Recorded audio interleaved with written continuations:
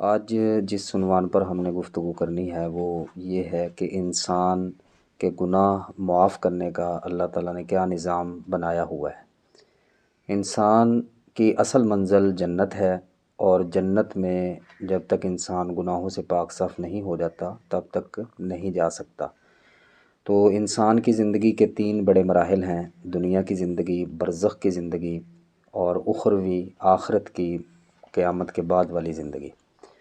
دنیا میں جو انسان کی زندگی ہے وہ بڑی مختصر ہے، برزخ کی زندگی اس سے بھی طویل ہے، اور اخروی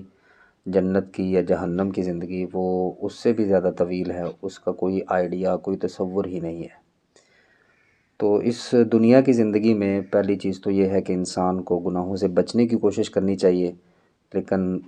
انسان ہونے کے ناطے خطائیں بندے سے ہو جاتی ہیں، تو اگر گناہوں سے بچ نہیں سکا تو کم از کم اپنے گناہ معاف ضرور کروائے۔ تو دنیا کی زندگی میں جو 60 سال کا یا 70 سال کا عرصہ انسان گزارتا ہے، اس میں گناہ کیسے معاف ہوتے ہیں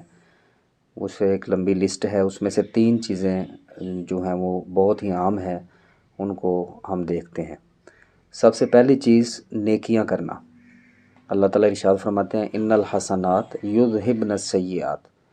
کہ نیکیاں اپنی جگہ پر نیکیاں بھی ہوتی ہیں اور ان کا فائدہ یہ بھی ہوتا ہے کہ یہ گناہوں کو معاف بھی کرتی ہیں۔ اسی طرح پیارے نبی صلی اللہ علیہ وسلم نے امت کو یہ نصیحت کی وَاتْبَعِ السَّیِّئَةَ الْحَسَنَةَ تَمْحُوهَا، کہ اگر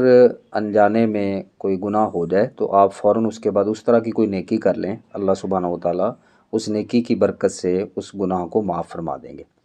تو پہلی چیز جو دنیا کی زندگی میں انسان کے گناہوں کو معاف کرتی ہے یا معاف کروانے کا سبب بنتی ہے وہ ہے نیکیاں کرنا، کہ انسان نیکیاں کرے، نیکیوں میں آگے بڑھے۔ تو نیکیاں اپنی جگہ پر اپنا مقام خود بنائیں گی، لیکن اس کے ساتھ ساتھ وہ انسان کے گناہوں کی معافی کا ذریعہ بھی بنیں گی۔ دوسری چیز ہے توبہ اور استغفار۔ استغفروا ربکم انہ کان غفارا، اپنے رب سے اپنے گناہوں کی معافی طلب کرو، اللہ سبحانہ و تعالیٰ استغفار کے ذریعے گناہ معاف کرتے ہیں، توبہ کے ذریعے گناہ معاف کرتے ہیں۔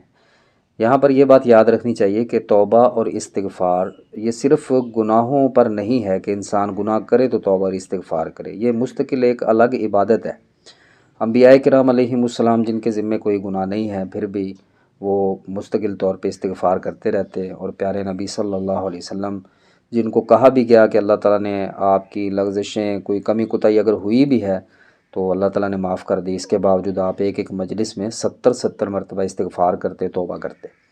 تو توبہ اور استغفار یہ گناہوں کی معافی کا ذریعہ بھی ہیں، اور اسی طرح یہ مستقل ایک عبادت بھی ہیں۔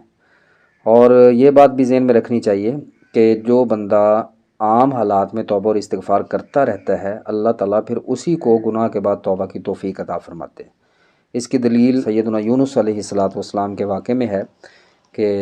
اللہ تعالیٰ فرماتے ہیں کہ انہوں نے پڑھا لا الہ الا انت سبحانک انی کنت من الظالمین، مچھلی کے پیٹ سے نکلے، ساتھ اللہ تعالیٰ نے یہ بات ارشاد فرمائی لولا انہ کان من المسبحین للبث فی بطنہ الی یوم یبعثون، اگر یہ بات نہ ہوتی کہ وہ پہلے بھی مسبحین میں سے تھے، اللہ کی تسبیح بیان کرنے والوں میں سے، استغفار کرنے والوں میں سے، ذکر کرنے والوں میں سے، اگر وہ پہلے سے ایسے نہ ہوتے تو ہو سکتا ہے کہ اس وقت ان کا وہ توبہ اور استغفار کرنا شاید ان کو فائدہ نہ دیتا۔ تو یہ دوسری چیز ہے جو دنیا کی زندگی میں انسان کے گناہوں کی معافی کا ذریعہ بنتی ہے، توبہ اور استغفار کرنا۔ تیسری چیز ہے مصائب۔ اگر انسان کو کوئی مصیبت پہنچتی ہے، کوئی پریشانی پہنچتی ہے، حتیٰ کہ دن بھر کی جو تھکاوٹ ہے، بندہ مومن ہو، اللہ تعالیٰ کا غلام ہو، اللہ تعالیٰ کو راضی کرنے کی کوشش کرنے والا ہو، اس کو جو تھکاوٹ بھی پہنچتی ہے، جو فکر مندی بھی پہنچتی ہے، اس کا بھی اللہ سبحانہ و تعالیٰ اجر رکھتے ہیں، اور اس کا اجر یہ ہے کہ اس کے ذریعے سے انسان کے گناہ معاف ہوتے ہیں۔ اور ایک حدیث میں آتا ہے کہ بعض اوقات انسان اپنے نیک عمل کی وجہ سے ایک درجے تک نہیں پہنچ رہا ہوتا جو اس کو دنیا میں یا آخرت میں ملنا ہوتا ہے، تو پھر اس کی چیکنگ ہوتی ہے کہ اگر اس کو کوئی پریشانی پہنچی ہے، حتیٰ کہ اگر زندگی میں کبھی اس کو جو کانٹا چبھا ہو اور اس نے اس پہ صبر کیا ہو اور کسی طرح کا شکوہ شکایت نہ کی ہو، اللہ تعالیٰ اس کا بھی اجر اس کے کھاتے میں لکھتے ہیں، وہ بھی گناہوں کی معافی کا ذریعہ بنتا ہے۔ تو یہ 3 چیزیں ہیں ان چیزوں میں سے جو دنیا کی زندگی میں انسان کے گناہوں کو مٹانے کا ذریعہ بنتی ہیں۔ دوسرا مرحلہ انسانی زندگی کا وہ اخروی زندگی میں سے پہلا مرحلہ برزخی زندگی کا ہے، یعنی درمیان والا زندگی کا مرحلہ، جو پتہ نہیں کتنی دیر تک کسی بھی انسان پر جاری رہے گا، مختلف انسانوں کے یہ مختلف ہوں گے۔ تو اس میں بھی 3 چیزیں انسان کے گناہوں کی معافی کا سبب بن سکتی ہیں، معافی کا ذریعہ بنتی ہیں۔ نمبر 1،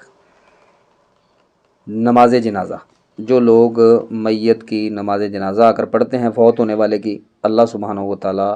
ان کی دعا کو اللہم اغفر لہ کہنا، اللہم اغفر لحینا و میتنا کہنا، ان کا یہ کہنا یہ میت کے گناہوں کی معافی کا ذریعہ بنا دیتے ہیں۔ پہلے آپ نے فرمایا تھا کہ 100 بندے اگر اس طرح کے ہوں، اچھے عقیدے والے، اور وہ نیک دلی کے ساتھ اور خوش دلی کے ساتھ اور خلوص کے ساتھ دعا کر دیں، اللہم اغفر لہ کہہ دیں، اللہ معاف کر دیں گے۔ پھر آپ نے 40 کی تعداد کا بھی ذکر کیا کہ اگر 100 نہیں ہو سکتے تو 40 بندے بھی اگر کسی کی نماز جنازہ میں خلوص نیت کے ساتھ دعا کرنے والے شامل ہو جائیں اور عقیدہ بھی ان کا خالص ہو، خلوص کے ساتھ وہ دعا کریں، اللہ تعالیٰ اس میت کے گناہ معاف فرما دیں گے۔ دوسری چیز ہے قبر کی سختی۔ بعض حدیث میں آتا ہے کہ قبر میں جو انسان سے سوال و جواب ہوتا ہے اور اس کی جو سختی ہوتی ہے، وہ قیامت والے دن انسان کی نجات کا ذریعہ بنے گی۔ یہ بھی اس کے نامہ اعمال میں شامل ہوگا، اس کے کھاتے میں، کہ اس کو قبر کی سختی جو پہنچی ہے۔ اس لیے بعض لوگوں کا جو حساب و کتاب ہے وہ قبر کی سختی کے ذریعے ہی پورا کر دیا جائے گا، کہ اس میں وہاں پہ جو ان کو پریشانی پہنچی، جو مصیبت پہنچی، وہ بھی انسان کے گناہوں کو مٹاتی ہے۔ برزخی زندگی میں تیسری چیز ہے اولاد کا نیکی کرنا، اولاد کا صدقہ کرنا مرنے والے کی طرف سے، اور دوسرے دوست احباب جو ہیں ان کا اپنے مرنے والوں کے لیے دعا کرنا۔ تو جیسا کہ کئی دعائیں آتی ہیں جس میں سمجھایا گیا کہ یہ دعا کرو، ربنا اغفر لنا ولاخواننا الذین سبقونا بالایمان۔ تو یہ دعا جو ہے یہ انشاءاللہ مرنے والوں کو فائدہ دے گی۔ تو برزخی زندگی میں گناہوں کو مٹانے والی یہ 3 چیزیں ہیں۔ تو لہٰذا ہمیں ان کا بھی اہتمام دنیا کی زندگی میں ہی کرنا چاہیے۔ اپنے ایسے دوست مخلص پیدا کریں جو ہمارے جانے کے بعد ہمارے جنازہ میں خلوص دل کے ساتھ دعا کریں۔ پھر قبر کے فتنے اور آزمائش سے اللہ تعالیٰ کی پناہ مانگتے رہیں، اور یہ بھی دعا کرتے رہیں کہ اگر وہ آزمائش کوئی آئے تو وہ ہمارے درجات میں بلندی کا ذریعہ ہو۔ اور تیسری چیز، اپنی ایسی اولاد اور ایسے دوست چھوڑ کر جائیں جو ہمارے مرنے کے بعد ہمارے لیے دعا کریں، اور اولاد ہمارے لیے، یعنی اگر وہ خود نیکیاں کرے تو اللہ تعالیٰ خود بخود ہی، وہ نہ بھی کہیں کہ اس کا ثواب ہمارے والدین کو پہنچے، اللہ تعالیٰ نے یہ اکاؤنٹ اپنی طرف سے جاری کر دیا ہے، اس کا اجر بندے کو پہنچتا رہتا ہے۔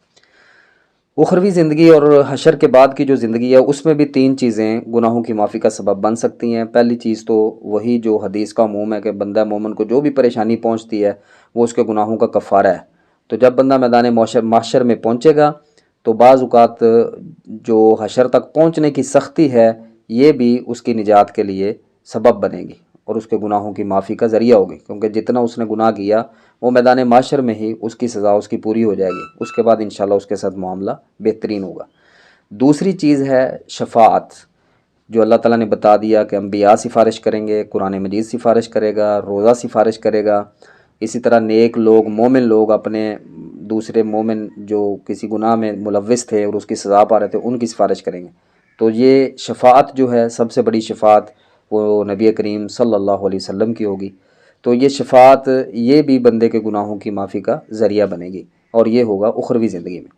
اور تیسری چیز جو اخروی زندگی میں حشر کے بعد والی میدان محشر میں اور قیامت کے بعد والی زندگی میں فائدہ دے گی،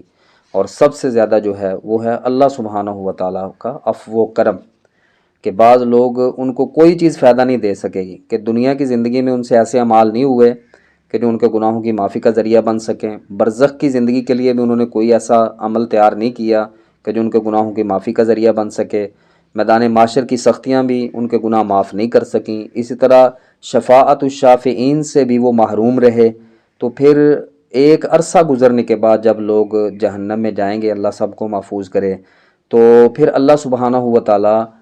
پھر اپنے خاص فضل و کرم سے چھوٹے چھوٹے بعض اعمال ہیں جن کی بنا پر خود اللہ سبحانہ و تعالیٰ نے لوگوں کو معاف کرنا ہے۔ مثلا جس نے زندگی میں ایک مرتبہ لا الہ الا اللہ پڑھا، ایک وقت آئے گا کہ وہ